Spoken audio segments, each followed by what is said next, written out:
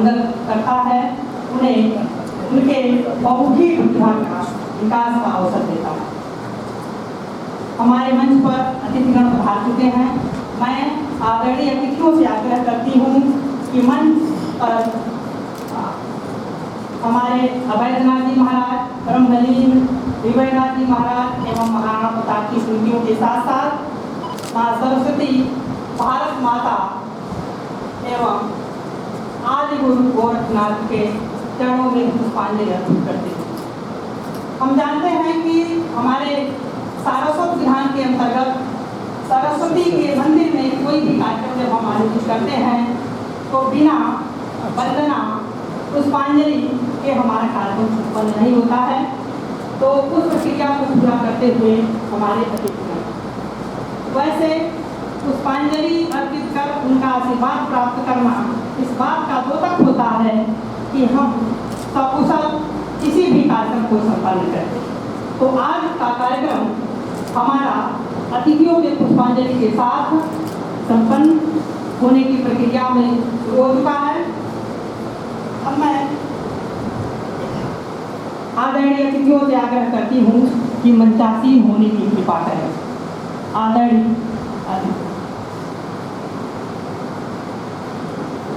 राज संत ब्रह्मलीन महंत अभयनाथ जी महाराज की नवमी पुण्यतिथि के पावन स्मृति में आयोजित सप्त दिवसीय व्याख्यानमाला कार्यक्रम के मुख्य अतिथि के रूप में, मुख्य वक्ता के रूप में हमारे भी प्रोफेसर योगेंद्र प्रताप सिंह आचार्य हिंदी एवं आधुनिक भारतीय भाषा विभाग इलाहाबाद विश्वविद्यालय प्रयाग से पधारे हुए हैं।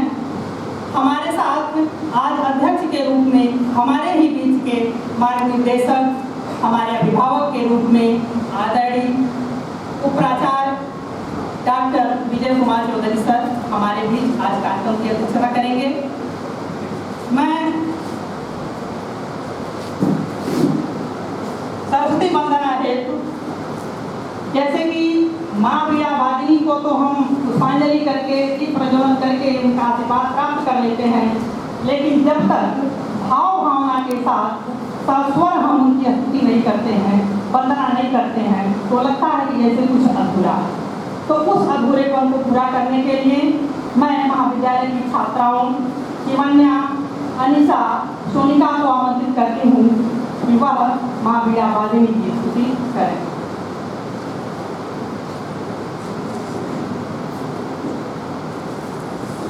वरदे वीणावादिनी वरदे, वरदे वीणावादिनी वरदे, प्रिय स्वतंत्र रव अमृत मंत्र नव, प्रिय स्वतंत्र रव अमृत मंत्र नव, भारत में भर दे वरदे वीणावादिनी वरदे, वरदे वीणावादिनी वरदे, काटे अंधे उर के बंधन स्तर, काटे अंधे उर के बंधन स्तर, महाजननी ज्योतिर्मय निर्जर, कलुष वेद तब हरि प्रकाश भर, कलुष वेद तब हरि प्रकाश भर, जगमग जग कर दे वरदे वीणावादिनी वरदे, वरदे वीणावादिनी वरदे।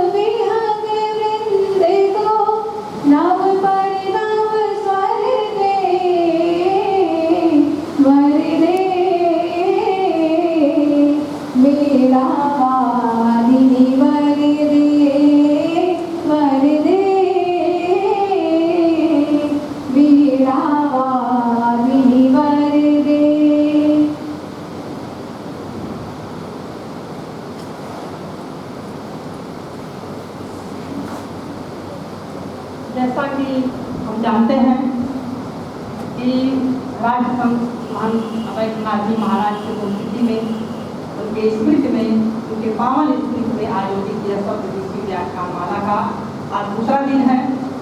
मंचासीन अतिथि, सम्मुख बैठे शिक्षक बंधु बहनों एवं प्यारे बच्चों, आप सभी का इस मंच से इस महाविद्यालय में आपका स्वागत वंदन।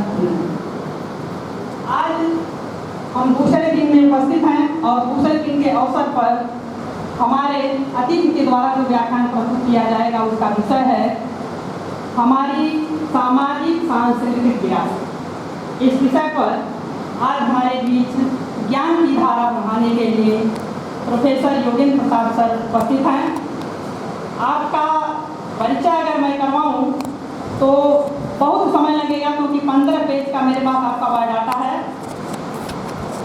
इसको मैं गुस्ताखी करने के साथ मैं संक्षिप्त की हूँ और उस संक्षिप्त रूप को मैं आपके सामने प्रस्तुत करना चाहूँगी कि आप हिंदी एवं आधुनिक भारतीय भाषा विज्ञान विभाग विश्वविद्यालय इलाहाबाद में आचार्य पद को सुशोभित करते हैं। आपने जो शैक्षिक डिग्रियां प्राप्त की हैं उसके अंतर्गत टीफिल इलाहाबाद विश्वविद्यालय से MA Hindi, BSc, MJ, net, PhD. इसके साथ साथ आपका लंबा अनुभव है अध्यापन कार्य के लिए। आपने इलाहाबाद शहर से, फिर पुनः कानपुर शहर से, फिर पुनः इलाहाबाद यूनिवर्सिटी लेकर 25 सालों का अनुभव आप रखते हैं। इस परिपक्व अनुभव के आधार पर हमें लंबा चौड़ा बायोडाटा मिला। इसके साथ साथ आपके शोध पत्र बहुत ज़्यादा प्रकाशित हैं, जिसको मैं संख्या में नहीं गिना पाऊंगी। इसको मैं दर्जन, जब कोई चीज़ बड़ा होता है तो उसको दर्जन में, सैकड़ों में हम लोग उसको करते हैं, तो मैं दर्जन में उसको रूपायित करने का प्रयास करूंगी कि राष्ट्रीय एवं अंतर्राष्ट्रीय पत्र पत्रिकाओं में लगभग 3 दर्जन शोध पत्र आपके प्रकाशित हैं। इसके साथ साथ आपने कई सारे महत्वपूर्ण पुस्तकों का संपादन भी किया है। उसमें लगभग 1 दर्जन पुस्तक हैं जिसका कुशल संपादन आपने किया है। इसके साथ ही साथ आपके द्वारा जो अन्य विश्वविद्यालय, अन्य संस्थाओं में आपके आमंत्रित व्याख्यान हुए हैं उसकी संख्या हमने लगभग गिनती किया है तो 2 दर्जन से अधिक वो संख्या है, जिसमें आप समय समय पर महत्वपूर्ण विषयों पर अपने व्याख्यान प्रस्तुत किए। इसके साथ साथ शोध संचयन, मानविकी पत्रिका का आप संपादन कार्य संपन्न करते हैं। आपको अनेकानेक संस्थानों के द्वारा अनेक प्रकार के सम्मान मिले हैं, जिसको मैं संक्षिप्त करके आपको बताना चाहूँगी कि हिंदुस्तान एकेडमी प्रयागराज, उत्तर प्रदेश भाषा संस्थान लखनऊ, कश्मीरी हिंदी कश्मीरी संगम जम्मू एवं कश्मीर, पंडित प्रताप नारायण मिश्र स्मृति युवा साहित्यकार सम्मान लखनऊ, पूर्व कनिष्ठ फेलोशिप, संस्कृत विभाग भारत सरकार जैसे महत्वपूर्ण संस्थानों से आपको पुरस्कृत किया गया। आपने अनेक सारे आयोजन किए हैं, जिसके अंतर्गत गिनती मैं नहीं गिना पाऊंगी, जिसमें कार्यशाला, संगोष्ठियों के आयोजन के साथ साथ विश्व हिंदी सम्मेलन 2018 और विश्व हिंदी सम्मेलन 2023 में आपने महत्वपूर्ण स्थान एवं महत्वपूर्ण भूमिका निभाया। इसके साथ साथ लगभग 1 दर्जन से अधिक आपने ऑनलाइन शोध का प्रसारण किया है। आप कई सारे सरकारी, गैर सरकारी शैक्षणिक संस्थानों में सदस्यता हासिल किया है, जिसमें सदस्य के रूप में सदस्य हिंदी सलाहकार समिति संसदीय कार्य मंत्रालय भारत सरकार, पूर्व सदस्य हिंदी सलाहकार समिति मानव संसाधन विकास मंत्रालय भारत सरकार, सदस्य कार्यकारिणी उत्तर प्रदेश हिंदी संस्थान लखनऊ, सदस्य आम सभा उत्तर प्रदेश हिंदी संस्थान लखनऊ और महामंत्री भारतीय हिंदी परिषद, और संपादक के रूप में आपने गवेषणा केंद्रीय हिंदी संस्थान आगरा, भावक पत्रिका केंद्रीय हिंदी संस्थान आगरा और शोध संचयन के कुशल संपादन करते रहे हैं और अभी आप कर रहे हैं। इसके अतिरिक्त आपने शैक्षणिक गतिविधियों में और ज़्यादा महत्वपूर्ण भूमिका निभाया है, जिसमें कानपुर विश्वविद्यालय, राजर्षि टंडन मुक्त विश्वविद्यालय, लखनऊ विश्वविद्यालय, रज्जू भैया विश्वविद्यालय, केंद्रीय विश्वविद्यालय लखनऊ, शकुंतला विश्वविद्यालय आदि में विद्या परिषद के सदस्य एवं बोर्ड ऑफ स्टडीज के सदस्य हैं। इसके अलावा न जाने कितने सामाजिक सांस्कृतिक कार्यों में आप संलग्न रहे हैं, उसमें अच्छी भूमिका निभाते रहे हैं, कितने सारे सामाजिक कार्य सांस्कृतिक कार्य संपन्न करते रहे हैं। अगर मैं इसको एक शब्द में कहूँ कि क्या भूलूं का याद करूं, मतलब क्या मैं आपको बताऊं और क्या छोड़ूं, तो मैं इसके लिए यही कहूँगी कि कवियों एवं साहित्यकारों के लिए कहा जाता है कि जहाँ न जाए रवि वहाँ जाए रवि। तो इस उक्ति से रूपायित करते हुए मैं आदरणीय सर को पा करके, आपका सानिध्य पा करके एकदम हृदय आह्लादित है। उस आह्लाद को व्यक्त करने के लिए मैं आदरणीय चौधरी सर से आग्रह करती हूँ कि आपको स्मृति चिन्ह एवं पुस्तक भेंट कर सम्मानित करने की कृपा करें। हम उस देश के वासी हैं जहाँ पर हमारी संस्कृति है अतिथि देवो भव। अतिथि देवो भव, अतिथि का स्वागत करते हुए हम कहते हैं, हमारी इच्छा है कि श्रद्धा की रोली लाए हैं भाव का चंदन। हम करें आपका स्वागत, हम करें आपका अभिनंदन, हम करें आपका अभिनंदन। यह पुनीत कार्य संपन्न हुआ। अब इसके पश्चात मैं महाविद्यालय के छात्र अभिषेक जी को आमंत्रित करती हूँ बोध की निर्माणों के पावन युग में प्रस्तुत करने के लिए।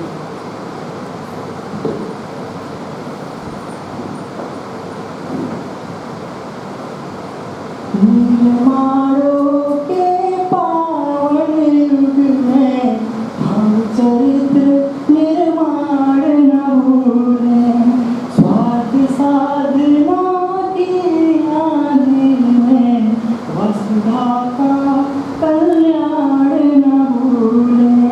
निर्माणों के पावन युग में हम चरित्र निर्माण न भूलें, स्वार्थ साधना की आदि में वसुधा का कल्याण न भूलें। मानव अगाध सिंधु है, संघर्षों का पार नहीं है, किंतु डूबना मझधारों में साहस का स्वीकार नहीं है। जटिल समस्या सुलझाने को संधान न भूले, जटिल समस्या सुलझाने को नूतन का संधान न भूले। शील विनय आदर्श श्रेष्ठता, काल बिना झंकार नहीं है। शिक्षा क्या साध सकेगी यदि नैतिक आधार नहीं है। कीर्ति का मुल्की गरिमा में संस्कृति का सम्मान न भूलें।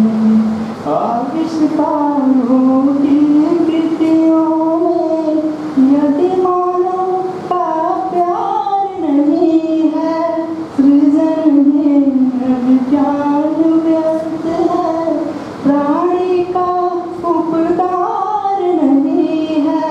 भौतिकता के उत्थानों में जीवन का उत्थान न भूले।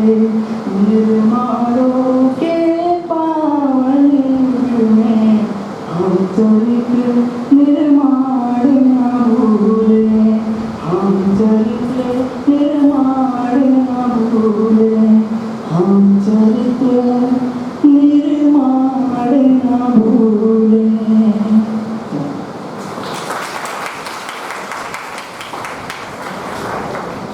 कार्यक्रम के अगली कड़ी में मैं आदरणीय मुख्य वक्ता सर योगेंद्र प्रताप सिंह सर से अनुरोध करती हूँ कि आप अपने विषय पर ज्ञान की गंगा बहाते हुए हमारा मार्गदर्शन करें।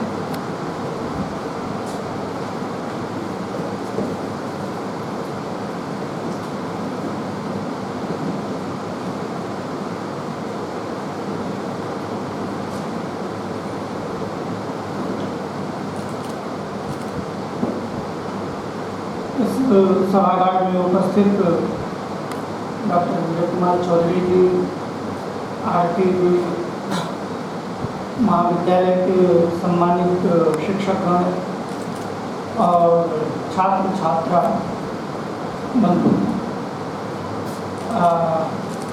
राष्ट्रीय संत ब्रह्मलीन महंत अभेद्यनाथ जी के स्मृति में हम लोग बड़े महत्वपूर्ण विषयों पर विचार, समाज का अनुभव और समसामयिक विषयों पर ठीक मार्गदर्शन के लिए इस तरह के ये कहने की व्याख्यानों का आयोजन यहाँ पर होता है।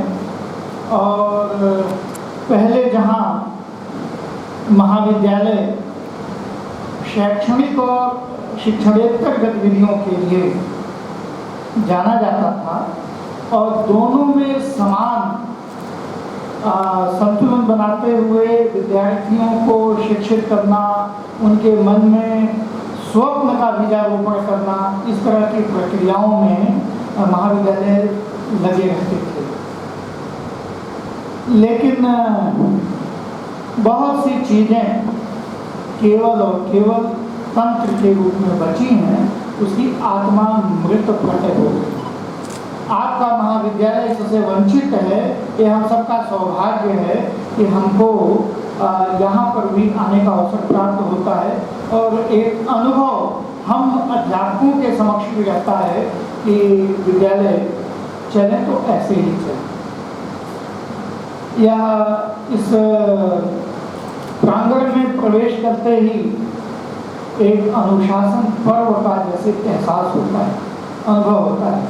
और यह परिणति केवल इसलिए होती है कि उसमें आप सबकी सहभागी भूमिका होती है। मैं और जगह के विद्यार्थियों को भी देखता हूँ कि बहुत दुर्लभ है कि कुछ इस तरह का व्याख्यान हो, कोई कार्यक्रम हो और उस कार्यक्रम में पूरी दिनचर्या प्रभावित न हो। यानी उस दिन कक्षाएं नहीं चलेंगी, यह सामान्य रूप से मान करके चला जाता है। लेकिन आपके वहाँ आप कक्षाओं के साथ ही साथ अपने दैनंदिन व्यवहारों के साथ आप इस तरह के कार्यक्रम कर लेते हैं। ये निश्चित तौर पर ये सब आप यहाँ के अध्यापकों की और आपकी सबकी साधना का प्रतिफल है। जिस प्रकार से आरती जी ने मेरा परिचय कराया, हालांकि आज के ज़माने में इन परिचयों का कोई बहुत मतलब नहीं है। लगभग सबके पास, सभी अध्यापकों के पास ये सब चीज़ें रहती हैं, लेकिन जो मनुष्य का कर्म है वही उसका परिचय बने। मैं सोचता हूँ कि मेरा भी वही बने। अब वो आगे क्या है विषय, वो अलग की बात। भारत की सामाजिक सांस्कृतिक विरासत, ये विषय बड़ा सरल है, बड़ा सहज है और इस विषय पे मुझे लगता है कि हम सभी बोल सकते हैं कि भारत की संस्कृति क्या है, भारत का समाज क्या है। और प्रायः हम लोग इस पर चर्चा भी करते रहते हैं, सब बोल सकते हैं, कोई ऐसा विषय नहीं है। मैं कुछ, चूँकि आप विद्यार्थी हैं और मैं भी विद्यार्थी रहा हूँ, तो मैं अपने विद्यार्थी जीवन के अनुभवों के आधार पर मैं जो जैसा भारत की संस्कृति और समाज को समझा हूँ, मैं उन्हीं अनुभवों को आपके समक्ष रखने की कोशिश करूँगा। जो महत्वपूर्ण बात यह है कि भारत की जो सामाजिक सांस्कृतिक विरासत है, तो समाज तो प्रत्येक समाज होता है, प्रत्येक समाज की अपनी विरासत होती हो। अब ये समाज तो समाज है, हम विदेश में भी जाते हैं, विदेश के लोग यहाँ भी आते हैं और ऐसा आज से ही नहीं, हजारों वर्षों से हम सुनते आए हैं कि लोगों का आना जाना रहा। फिर समाज कैसे अलग रहा, फिर क्या खास बात है कि हम अपने समाज की बात कर रहे हैं। तो आप में से भगिनी निवेदिता का नाम कितने लोगों ने सुना है? कुछ लोगों ने सुना है क्या भगिनी निवेदिता का नाम? भगिनी निवेदिता का नाम नहीं सुना है? विवेकानंद का नाम कितने लोगों ने सुना है? तो सब लोग सुने होंगे। विवेकानंद की ही शिष्या थी, विदेशी महिला थी।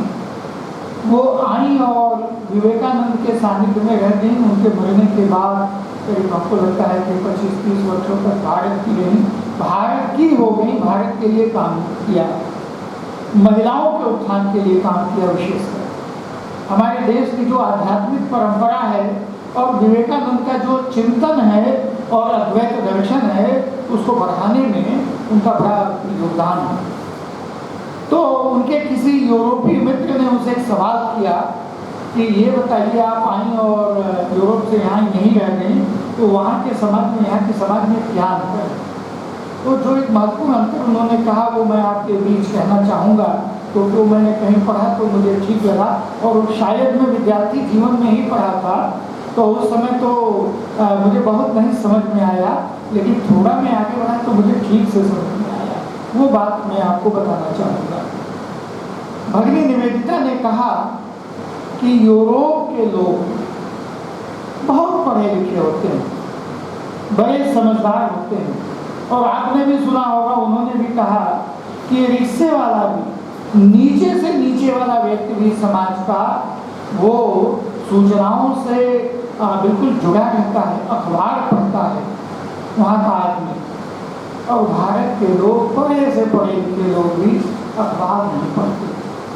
वो अगर उनको कहा जाएगा कि मोबाइल का प्रयोग क्लास में नहीं करना है तो, या भाषण में नहीं करना है तो भी धीरे से कर लेंगे। वो बड़े बड़े से पढ़े लिखे लोग ये सब काम करते हैं। ये नियम है कि बाएं चलना है तो हो सकता है दाहिने चलते मिल जाए आपको, लेकिन जो महत्वपूर्ण बात उन्होंने कही वो ध्यान देने योग्य।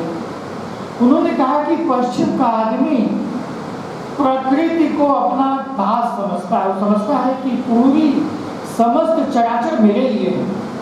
वो ये समझ नहीं सकता कि ये कुत्ते बिल्ली जानवर में मेरी ही जैसी आत्मा है, वो समझ नहीं सकता। वो उसको पालतू बना के रखना चाहता है। यहाँ तक कि पेड़ पौधों को भी गमले में बोनसाई की तरह बना करके रखना चाहता है कि वो कैसे गमले में वृक्ष को छोटा करके रखे, अपनी उसकी सुंदरता केवल मेरे लिए है, मैं उसकी सुंदरता का रसपान कर सकूं केवल ये बोध है। भारत का अनपढ़ से भी अनपढ़ आदमी पैर के नीचे चींटी दब जाती है तो तुरंत सारे पाप पड़ेगा, यानी जो आत्मा उसमें है वही आत्मा मिलेगा। ये जो बोध है, यह जो आध्यात्मिकता है, ये भारतीय समाज का वैशिष्ट्य है। अब आपको समझ में आ रहा होगा कि ये समाजों का वैशिष्ट्य क्या है। हमारी जो हमने कहा कि भारत की सामाजिक परंपरा विरासत, तो भारत का समाज क्या है, ये एक घटना से समझने का विषय है। ये हमारे समाज का और भी कुछ वैशिष्ट्य है, उसको समझने की कोशिश करनी चाहिए। जब हम विरासत की बात कहते हैं तो विरासत का आशय क्या है? अब विरासत भाई समाज है, समाज चल रहा है, वहाँ मामला विरासत का क्या है? समाज की कौन सी ऐसी बात है जिसको हम विरासत में लेना चाहिए? बहुत समाज है, किसी का 100-200 सालों का इतिहास है, किसी का 1000-2000 साल का इतिहास है, किसी समाज का 2-4-5 सालों का इतिहास है। तो इसमें हम आधुनिकता के दौर में निरंतर आधुनिक होना चाहते हैं तो विरासत का औचित्य क्या है? वो विरासत उसको समझने की जरूरत है। तो विरासत का आशय है कि क्या उपलब्धियां हैं, क्या है जिसको हम संजो करके रखना चाहेंगे, वो मैं अनुभवों से ही समझने की कोशिश करूँगा। और बिल्कुल अपने बालपन के अनुभव से, अपने विद्यार्थी जीवन के अनुभव से तो एक बात समझना है, जब छोटा हमारे पास धागा होता है, छोटी सी रस्सी होती है, तो जैसे चाहे हम रख लेते हैं। आपने देखा होगा, अनुभव किया होगा, छोटा सा धागा का टुकड़ा, छोटी सी रस्सी, कोई छोटी चीज़ आपको दे दें तो आप लपेट के, छोटा सा तार, मोबाइल का चार्जर, तो आप ऐसे लपेट के रख लेते हैं। आजकल वो कान में लगता है ना, वो शिव जी के भक्त जैसे लग हो जाते हैं लोग कि कोई नाक जैसे लपेट लिया हो, ईयरफोन बोलते हैं शायद इसको, तो जैसे चाहे वैसे रख लेते हैं। लेकिन अगर लंबा तार वाला हो तो क्या होता है, तो फिर जैसे स्वेटर बुनना हो तो क्या करते हैं, तुरंत उसका गोला बनाते हैं, वो गोला चक्री क्रम में। तो जो जिन समाजों का अनुभव बहुत छोटा है, जिस समाज की अनुभव प्रक्रिया केवल 100, 200, 400 साल की है, वो तो जैसे चाहे लपेट के रख लें, अपना इतिहास बता दें कि देखिए मेरा इतिहास ये है, हमारे बाबा के बाबा ये थे, हमारे बाबा के बाबा ये थे। लेकिन हमारा इतिहास तो जब काफ़ी लंबा है, जब युगांत हम देखते हैं तो 5000 से ऊपर है, तो हम बाबा के बाबा के बाबा के बाबा के बाबा का ज्ञान कहाँ से रख पाएंगे? हम नहीं रख सकते। इसलिए महत्वपूर्ण बात क्या है कि हम घटनाओं का वीडियो कितने दिन बना के रखेंगे? रोज अपना वीडियो आप बनवाइए, कितने दिन वीडियो बना के रखेंगे? सवाल ये है। लेकिन जिसका जीवन छोटा है उसका वीडियो तो चलेगा, जिसका जीवन बड़ा है तो वो समाज जीवन की अनुभव की थाती को रखता है, उसके लिए घटना नहीं, घटनाओं के अनुभव महत्वपूर्ण होते हैं। और वास्तव में वही सामाजिक विरासत है। वो समाज का जो अनुभव है वही हमारा विरासत है, जो हमारा मूल्य चिंतन है वही हमारी थाती है, जो हम वही हमारा सामाजिक जीवन का प्रस्थान बिंदु है, उसी को हमको आगे लेकर के जाना है। इसलिए आप केवल ये ऐसे दिखता नहीं है। इसीलिए अगर आप ग्रेगोरियन कैलेंडर देखेंगे तो वो जो कैलेंडर है उस कैलेंडर में आपको सन कौन सा है? 2023। और ग्रेगोरियन ने जब कैलेंडर बनाया तो जूलियस के नाम पे जुलाई कर दिया है, अगस्टस के नाम पे अगस्त कर दिया। अब ये सब आया कि भाई जुलाई में 31 दिन, तो फिर अब जून का, तो फिर अगर अब ये होगा कि महीना बराबर, तो वहाँ उनका क्या है, 2000 साल का इतिहास है। इसलिए प्रत्येक कैलेंडर का प्रत्येक दिन की प्रत्येक घटना वो सजो कर रखना चाहते हैं। हमारा इतिहास तो चक्रीय है, हम युगों में जीते हैं। आप सोचिए कि हम लोग अगर ब्रह्मा के युगों की बात करें तो ब्रह्मा के युग में जैसे अब कहते हैं ना कि ये युग, सतयुग, द्वापर, कलयुग, त्रेता, ये सब 4 युग, कितने दिन, और ये तो सारे युग मिलकर के कैसे ब्रह्मा का एक दिन, यानी इतने बड़े विराट अनुभव की बात। इसलिए हम इतिहास में नहीं, हम पुराणों में जीते हैं। इसलिए पुराण की बहुत सी कहानियाँ भारतीय समाज को समझने के लिए बड़ी उपयोगी हैं। ये समझने की जरूरत है। लेकिन क्या होता है कि आजकल इस देश में कई प्रकार के आक्रमण हो रहे हैं। आप अखबारों में सुनते होंगे कि कितने आक्रमणकारी हमारे इसे सीमा में घुस गए, कई बार सैनिकों का आक्रमण होता है। तो जो हमारे वहाँ 2-3 प्रकार के आक्रमण होते हैं, ये उसको समझने की इसलिए ज़रूरत है, तभी हम विरासत को समझ पाएंगे। क्यों? क्योंकि एक आक्रमण ऐसा है जो हमारी स्मृति को धुंधला कर देता है, जो हमारे समाज जीवन को, उसकी समझ को धुंधला कर देता है। हम अपने बारे में भूल जाते हैं, हम अपने लोगों के बारे में भूल जाते हैं। कोई भी आप जानते हैं कि सैनिकों का आक्रमण है, हम पराजित भी हो गए तो चिंता की बात नहीं है, फिर हम जीत लेंगे। पाकिस्तान हमारा देश भाग लेकर के भूभाग अलग हो गया, जिस दिन मजबूत होंगे उसको हम छीन लेंगे, उसको हम कर लेंगे। लेकिन जो अध्यापकों के द्वारा, जो बुद्धिजीवियों के द्वारा गलत बातें पढ़ाई जाती हैं, हमारे बोध से हमको अलग किया जाता है, अगर उस ऐसे विषयों पे हम पराजित हो गए तो उसका नुकसान बहुत दीर्घजीवी होता है। यह उसको समझना चाहिए। इसलिए हम जब भी किताबों को पढ़ते हैं तो जरा देखिए कि घालमेल कहाँ हुआ है, उस घालमेल को जरूर समझिए। बहुत सारी बातें हमारे समाज में बुद्धिजीवियों के द्वारा हमको छलने के लिए, अपनी राजनीति की रोटी सेंकने के लिए, अपने क्षुद्र स्वार्थों की पूर्ति के लिए पढ़ाई जाती है, वो समझने की जरूरत है। परंपरा और आधुनिकता, परंपरा को मान लिया कि पुरानी बातें हो गई, उसको ऐसे कर दिया, और आधुनिकता को मान लिया कि परंपरा को लात मारा तो आधुनिकता आ गई। ऐसे परंपरा और आधुनिकता का द्वंद्व उत्पन्न कर दिया। तो परंपरा और आधुनिकता तो वहाँ होगी जहाँ पर परंपरा एक कह ले कि बेड़ी के समान हो। हमारे वहाँ बेड़ी के समान है ही नहीं। जब हम इतनी लंबी व्यवस्था के जनक हैं तो आज मान लीजिए हमसे कोई गलती हो गई, सीख लिए, कल उसका सुधार कर देंगे, फिर उस दिशा में बढ़ेंगे, फिर अगर अतिरेक की ओर बढ़ेंगे, फिर गलती होगी तो फिर सुधार करेंगे। इसलिए हमारे अनुभव की परंपरा में चक्रीय क्रम है, इसलिए हम बार बार अपने को करेक्ट करते हैं, अपने को ठीक करते हैं, अपनी समझ को ठीक करते हैं, अपनी व्यवस्थाओं को ठीक करते हैं, ये समझने की जरूरत है। इसलिए हमारे वहाँ आधुनिकता और परंपरा में कोई द्वंद्व नहीं है, इस बात को जरूर समझिएगा। ये दोनों एक दूसरे के विरोधी नहीं है, यानी कि हम ये कह सकते हैं कि हमारे वहाँ कुछ भी नया नहीं है और हमारे वहाँ कुछ भी पुराना नहीं है। जो नया है उसकी सारी संकल्पनाएं आपके साहित्य में मिल जाएंगी। क्या आकाशवाणी आप जिसको नया कहते हो हमारे पौराणिक साहित्य में नहीं है? कृष्ण के जन्म के समय में आकाशवाणी हुई थी। क्या दूरदर्शन नहीं है? क्या आज के वायुयान नहीं है? क्या नहीं है? क्या लक्ष्मण बूटी नहीं है?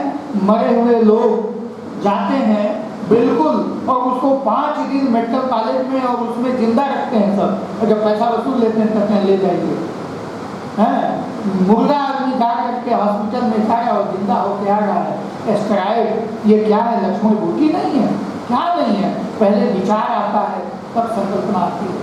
हमारे वहाँ बिग बैंग दूरी से लेकर के, चूंकि इतना समय नहीं है कि मैं बहुत पीछे खोलूँ, तो जरा उसको देखिए। पहले विचार आता है फिर खोज होती है। हमारे वहाँ हम चिंतन में, सोच में, कल्पना में, वचन किम दरिद्रम, स्वप्न में किम दरिद्रम, क्यों हम स्वप्न में दरिद्र हों, हमने बहुत बृहद बृहद कल्पनाएं की हैं और वो आज तक नहीं खोजी गई।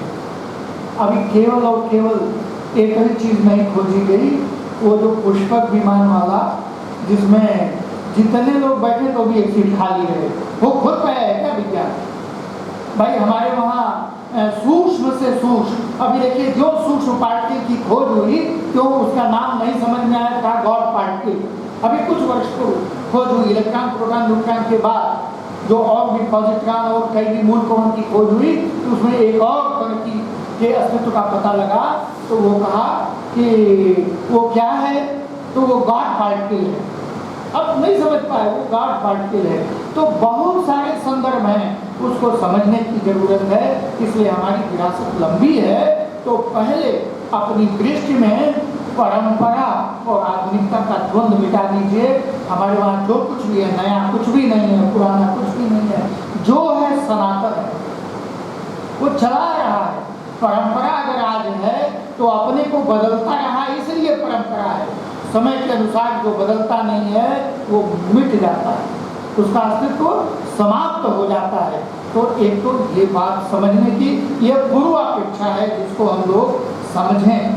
तो इसलिए ये पूरे उसमें विमर्श को समझें कि हमारी जो सामाजिक विरासत क्या है। अब मैं अपने समाज के अनुभव को बताता हूँ। मैं आपको अपनी बात इसलिए कह सकता हूँ, मैं अनुभव से इसलिए कह सकता हूँ कि मैंने वो दिन देखे हैं। अभी हमारी उम्र बहुत नहीं है, 53 साल है। 53 साल में मैंने वो दिन देखे हैं। मुझे ठीक से याद है कि मैं जब गांव में रहता था तो गांव में लोग कहते थे कि फलाने के वहाँ आग है, जरा आग मांग लाओ। यानी सबके घर में माचिस नहीं होता था, आग मांग लाओ। यानी उतना पुराना, अब कोई ऐसा नहीं बहुत पुराना, मतलब एक वो स्थिति थी समाज में। और आज एक स्थिति है कि हम यहाँ बैठे बैठे मंगल ग्रह की तस्वीरें, और संभव है कि कुछ दिन में चंद्रमा पर जमीन हम लोग खरीदने लगे। अभी तो कल्पना में खरीद रहे हैं, लेकिन खरीदने लगे। ये सब टेम्पू के दाम पे हम मंगल ग्रह तक जा रहे हैं। तो ये अनुभव हम पीढ़ी के पास इसलिए बात बता रहा हूँ। अब वो सामाजिक विरासत की ओर आता हूँ जिसकी ओर ध्यान वो हमारे देश के बौद्धिक लोगों के पास नहीं जाता है। क्यों? क्योंकि ऊपर से चश्मा लगा। मैं छोटा था, मैं जब गांव जाता था तो एक बार की बात है कि वहाँ खेत कट रहा था। मैं बहुत तेज़ी से चलूँगा कि समय की गति तीव्र है, हालांकि हम समय से पार जाने की भी कोशिश करेंगे। तो वो पिताजी से मैंने कहा कि पिताजी ये अनाज कट रहा है, ये इनको क्यों दिया जा रहा है, इनको क्यों दिया जा रहा है? आपको अनुभव नहीं होगा, आप कभी जाइएगा खेत कटेगा तो देखिएगा अलग अलग लोगों को दिया जाता है, और ये खेत तो मेरा है। तो पिताजी ने बताया कि उत्पादन पे सबका हक है। पूरी दुनिया में ऐसी कहीं व्यवस्था नहीं है कि जहाँ पर उत्पादन में सबका हक है, यानी जितना खेत उत्पादित होगा उसमें सबका हक है, सब लोग लेके आएंगे और सब लोग मिलकर के समाज का काम करेंगे। कोई कंपनी ये नहीं कहती है कि हम लाभ पाएंगे तो तुमको देंगे, वो तो थोड़ा बहुत ग्रेचुइटी, थोड़ा बहुत ये कह लीजिए कि लाभांश वो देती है। लेकिन हमारे वहाँ भारत के प्रत्येक समाज में रहा, प्रत्येक गांव की आत्मनिर्भर इकाई रही। हम कहें कि हमारे गांव का लोहार था, उसके बाद लोहा पीट रहा था, तो हम गए एक बार, तो हमने कहा ये जल्दी क्यों नहीं करा, चलिए दूसरे को वहाँ करवा लें। तो पिताजी कहे नहीं, प्रत्येक गांव का काम करने वाला व्यक्ति नियत है और वही करता है, यानी कि गांव आत्मनिर्भर, प्रत्येक व्यक्ति को काम और सब एक साथ मिलकर के रहेंगे। सारी चीजें ये सब कुछ यह हमारे भारतीय समाज में रहा है, यानी हम एक आत्मनिर्भर इकाई गए। आज क्या है, ये हमारा समाज था, आज हम सब गांव छोड़ छोड़ के शहर लोग आ रहे हैं, ठीक है।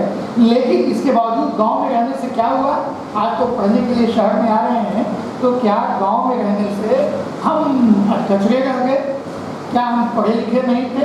अब मैं उस पर बात करूंगा आपसे कि ये समझने की है कि एक बार मैं जहाँ मैं रह रहा हूँ वहाँ मैं गया इलाहाबाद, और इलाहाबाद किस नाते जाना जाता है आपको मालूम होगा कि कुंभ और महाकुंभ लगता है।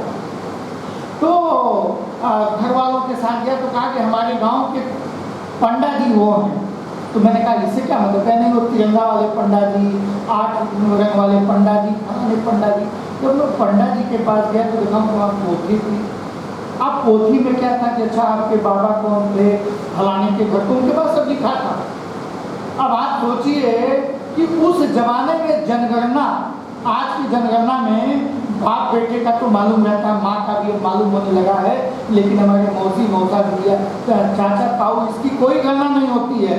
उस वाली जनगणना में ये सब थी। ये भारतीय समाज की बात बता रहा हूँ, ये हमारी सामाजिक विरासत है जो हमने व्यवस्था बनाई थी। एक बार मैं धर्मपाल की किताब को पढ़ रहा था, गांधीवादी चिंतक थे धर्मपाल, केवल इतने खोजिएगा गूगल पे। आजकल क्या है कि अपने को जानना छोड़ करके सारा ज्ञान गूगल पर है। आप क्या है आपको नहीं पता है, ये गूगल नहीं बता पाएगा, ये आपको जानना है। इतनी बातें छोड़ करके, इतने बातें छोड़ करके सारा ज्ञान गूगल पर है। तो गूगल पर ढूंढ लीजिएगा कि धर्मपाल कौन है। धर्मपाल ने बहुत अच्छी बात बताई और कहा कि हमारे वहाँ शिक्षा की क्या व्यवस्था थी, और शिक्षा की व्यवस्था के बारे में उन्होंने जो लिखा है, और वो मैं हमारे रोंगटे खड़े हो गए उनकी जब किताबों को पढ़ा जो जरूरी सवाल थे। हमने कहा क्या, जैसे 2-3 बातों उन्होंने कहा कि हमारे भारत की शिक्षा व्यवस्था इतनी मजबूत थी कि मैं क्या बताऊं। और उन्होंने बताया कि हर चीज की, जिसको हम रोजगार की शिक्षा करें, आज हम रोजगार की शिक्षा के बाद गारंटी नहीं है कि नौकरी पा सकते हैं, उस समय रोजगार की शिक्षा थी। अब देखिए सवाल देखिए कि हम में से जितने लोग बैठे हैं, किसी का अंगूठा का केवल ये एक जैसा नहीं है, लेकिन सबको नापने के और अच्छे आदमी बनाने का, सबको प्रतिभाशाली बनाने का, सबका सवाल एक है, 5 प्रश्न करने की नहीं करने हैं, यानी कि सबके प्रश्न 5। और इसी में अंगूठा हमारा भले अलग है, हमारी प्रकृति अलग है, हमारा स्वभाव अलग है, लेकिन हम उसी परीक्षा को देकर के कैसे निकलेंगे भाई, कैसे उभरेंगे। तब मुझे द्रोणाचार्य के शिष्यों की बात याद आई कि उनके जितने शिष्य थे, एक धनुर्धर निकला, एक गदाधारी निकला, एक धर्मराज निकला कि नहीं निकला, सब अलग अलग विधाओं के महारथा से किए हुए, और हम सभी को बराबर काट करके करना चाहते हैं। केवल 5 सवालों से सबका परीक्षण करना चाहते हैं। उसमें उन्होंने दिया कि गुरु जी के पास सारे विद्यार्थी बैठते थे, लेकिन गुरु जी प्रत्येक विद्यार्थी की संभावना को तलाश लेते थे और उसके अनुसार उसका सही मार्गदर्शन करना कि शिक्षित हो सके। ये भारत की शिक्षा पद्धति, दुनिया की कहीं शिक्षा पद्धति में होना तो आप बता देना मुझे, मैं भी जानना चाहता हूँ कि मैंने अपने अनुभव जो मैंने देखा, जो किताबों को पढ़ा, तो मुझे समझा कि ऐसी व्यवस्था कहीं और नहीं है।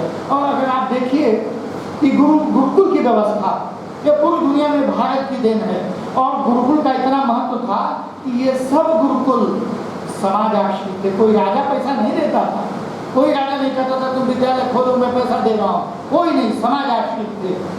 और राजा भी उन गुरुकुलों में जाता था। आपको पता होगा भगवान राम जब निष्कासित किए गए, 12 वर्ष का वनवास हुआ, तो सबसे पहले कहाँ गए? अरे भरद्वाज जी के विश्वविद्यालय में गए, महर्षि भरद्वाज जी के विश्वविद्यालय में गए, उनसे उन्होंने समझा, पूरी सीख प्राप्त की। फिर उतने से नहीं मन भरा तो आगे चित्रकूट में कुछ विश्वविद्यालय थे, वहाँ गए, उन गुरुओं के पास गए और तब वहाँ उन्होंने समझने की कोशिश की।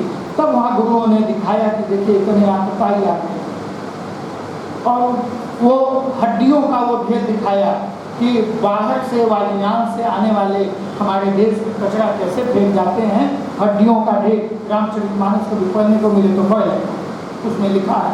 तब उनका दिमाग पिघलता है, तब वो सीता जी को कहते हैं, कुछ लोग कहते हैं कि सीता अग्नि परीक्षा क्यों ली गई, तो मैं चूंकि हिंदी साहित्य का अध्येता हूँ, मैं आपको बता रहा हूँ। तुलसीदास ने लिखा है, तुम पावक मैं करो निवासा, जो लगी करो निशाचर नासा। जब तक निशाचरों का नाश नहीं होगा तब तक तुम्हें हे सीते मैं अग्नि में रखता हूँ और तुम्हारा प्रतिरूप बनाता हूँ। क्योंकि आपको भी पता है कि आज बड़े बड़े दुनिया के कई देशों के नेता अपने प्रतिरूप रखते हैं, डुप्लीकेट रखते हैं। आप सही बता नहीं सकते कि वास्तव में सोवियत रूस के राष्ट्रपति कौन है, उनके कई प्रतिरूप आपने सुना होगा, अखबारों में देखा होगा। तो आप बताइए लंका में इतनी समृद्धि थी, उसके प्रतिरूप नहीं होंगे? तो लगा होगा कि डुप्लीकेट उसके भी होंगे। तो जरूर अब ये माया है भाई, ये माया रचित संसार है, तो और कुछ नहीं, यही माया है कि हम आपको देख के आप जैसे किसी दूसरे आदमी को समझ करके और उसका मर्डर कर दें और शरारत वो करे और असली मामला पीछे करते हो, ऐसा होता है। इसलिए उन्होंने अग्नि में रखा, तो बाद में फिर अग्नि से निकालने के लिए अग्नि परीक्षा दी। लेकिन क्या है कि ये आधुनिकवादियों ने जो दूसरे की किताब जो कभी रामचरितमानस खोले नहीं और उसका ऐसा भाष्य करते हैं कि लगता है कि ये कितनी बड़ी गलती हो रही है समाज की। तो ये गलत भाष्य करके इन चीज़ों का सब है। तो ये शिक्षा राज्याश्रित, इसीलिए गुरुकुल का विद्यार्थी जाता था, भिक्षाटन करता था, समाज को समझता था और तब आके आता था तो वो समाज का ज्ञान प्राप्त करता था। तो गुरु जी कहते थे कहाँ कहाँ मिले, किससे किससे मिले, क्या ज्ञान मिला, समाज के बारे में क्या अनुभव हुआ, ये सारी चीज़ें जो हुई हैं। लेकिन क्या हुआ कि हम जब गुलामी का समय होता ही है, गुलामी में चीज़ें मस्तिष्क पे भर जाता है। अब देखिए सत्ता हमारे वहाँ कभी महत्वपूर्ण नहीं गई, इसलिए अपना देश कभी गुलाम नहीं रहा। कोई कहे कि यह देश गुलाम रहा, कहना कभी गुलाम नहीं रहा। हम गुलाम किसके? हम गुलाम ऊपर वाले के। हम कभी गुलाम नहीं गए। हमने समाज में कि समाज को महत्व दिया है, इसलिए कभी भी देखिए कहते हैं यद्यपि सत्यम लोक विरुद्धम न कथनीयम न करणीयम। किताब महत्वपूर्ण नहीं है, लोक समाज महत्वपूर्ण है। समाज को हमने महत्व दिया, इसीलिए हमारे वहाँ लोक कलाएँ, हमारे वहाँ लोक संगीत, हमारे वहाँ लोक में अलग अलग विधान, लोक महत्वपूर्ण रहा है और लोक समय समय पर मिलता रहा है और समय समय पर मिल करके भिन्न भिन्न विषयों पर चिंता करता रहा है। इसीलिए कभी कुंभ यहाँ लग रहा है, कभी कुंभ यहाँ लग रहा है, कभी नासिक में लग रहा है, कभी कहीं लग रहा है। और कहा कि घर में बैठे मत रहो, चारों धाम की यात्रा में निकलो। जब तक चारों धाम की यात्रा में नहीं जाओगे तुम्हारी मत ही नहीं खुलेगी। आज तो कहते हैं कि अनुवाद पढ़ाइए तब हम जाएंगे। कोई भी इस दुनिया में, इस भारत में चारों धाम की यात्रा जाता था, पूरा घूम आया, अपने गाँव को खाना खिलाता था। मोक्ष ज्ञान प्राप्त हुआ, ज्ञान को ही मोक्ष का साधन कहा। सा विद्या मुक्त है, विद्या हमको मुक्त करती है, ये समझने की बात है। हमारे वहाँ एक से का स्थापत्य रहा। हमने कहा ताजमहल 8वां आश्चर्य है, अगर मीनाक्षी मंदिर जाके देखो तब आश्चर्य समझ में आएगा। अजंता एलोरा की, अभी मैं अजंता गया था, देखा मैं आश्चर्यजनक, पूरा पत्थर ही काट करके उसमें और क्या क्या बना दिया है, कैसे मंदिर बना दिए। अजंता एलोरा देखो तब लगता है आश्चर्यजनक वो है। ये कौन सा आश्चर्यजनक है? जगन्नाथपुरी पे जो ध्वजा है, जो पताका है, वो वायु का जो प्रवाह उसकी विपरीत दिशा में पड़ रहा है। ये है, उसकी छाया कहीं दिखाई नहीं देती है। ये साइंस एंड टेक्नोलॉजी है भाई। ये तो 8वां आश्चर्य क्या, ये तो प्रथम आश्चर्य है। लेकिन कहीं कोई बात नहीं होती, इन सब बातों की, ये हमारी सांस्कृतिक विरासत है। इस संस्कृति को समझने की जरूरत है। और हमारी ज्ञान परंपरा में कोई एक व्यक्ति लेखक नहीं होता है, हमारे पास संहिताएं, उसको बहुत महत्व है। आप उन सभी संहिताओं को पढ़ लीजिए। अरे आजकल पता नहीं क्या क्या ब्राह्मण क्षत्रिय वैश्य शूद्र और उसकी व्याख्या, भाई ठीक है, जो गलत है उसको तुरंत बाहर करो, त्याज्य है उसको अलग करो, लेकिन जरा उन शास्त्रों को देखो, जो काल बाह्य है उसको बाहर करो। जब हमने कहा कि हमारी परंपरा चक्रीय क्रम में देखती है, तो इसका मतलब जो अगर कहीं भी अतिशय हो रहा है, कहीं भी बहुत ज़्यादा अति हो रही है, उसको त्याग करो, तुरंत उसका ध्वंस करो, आगे बढ़ो, गलत बात की व्याख्या गलत ना करो। ये समझने की ज़रूरत है। और हमारे देश की ज्ञान परंपरा छोड़ है। गाँव का आदमी बहुत ज्ञान की बातें करता है, वो बहुत समझदार है।